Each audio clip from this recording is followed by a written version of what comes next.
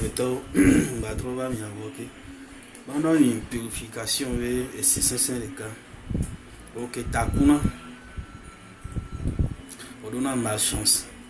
Mais au déposer dossier la fille de Bento Jam qui est en demain. Et quand on a jolé, on va sur Roma ou Dara jolé, mais bien tiens auto à un point de la soupe et indépendamment pour un problème que va au plus fond domaine. Adré, que va na. Fi alo le hado me amoti na nya ogbo amole pompoa egbe ola no veto me be ji pati mana me le memle ti o pati mo di ne fofon me amado lo la di fofon me de lo la di dokusu bo ko de lo la di san pati ma ya la di fofon me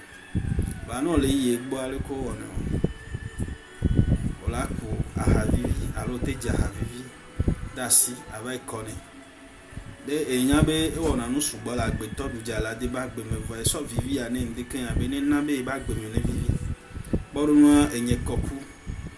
na ba gbe nye me ne vivi nu ko yin nu le dompo na ma keke me dodo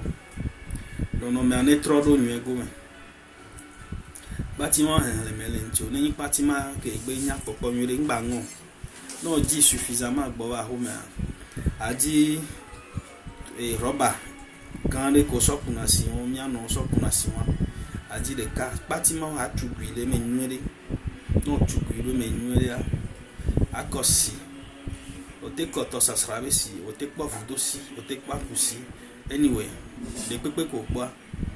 on l'a dit et ne poupou hein que si les mea et ne poupou que si les mea mandrin non nous so amandrin on l'a gban wa si sokoro. Et si moi me la mélanger nueri la tuba va trop tu nueri un poignet de sel et dialogue goreka et teni wewe a teni couteau peu importe non plaider la semaine alors sous bol et tout je me vois que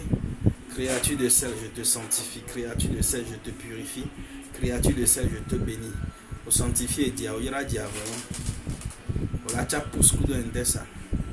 à so sanctifier dia ko ene be nu wa bintu ya leke ya pla metona hu korome la so lo via ano bri ti beleke we ti trona ano bri ne ka kana 1 heure de temps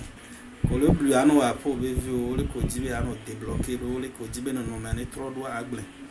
ma si wa do 3 parties do wa be ko mo be zame ale partie de cas nenu ke atro le de cas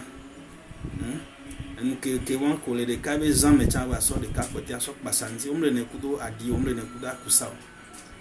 Quand le dit non bon, on va dire que la bénédiction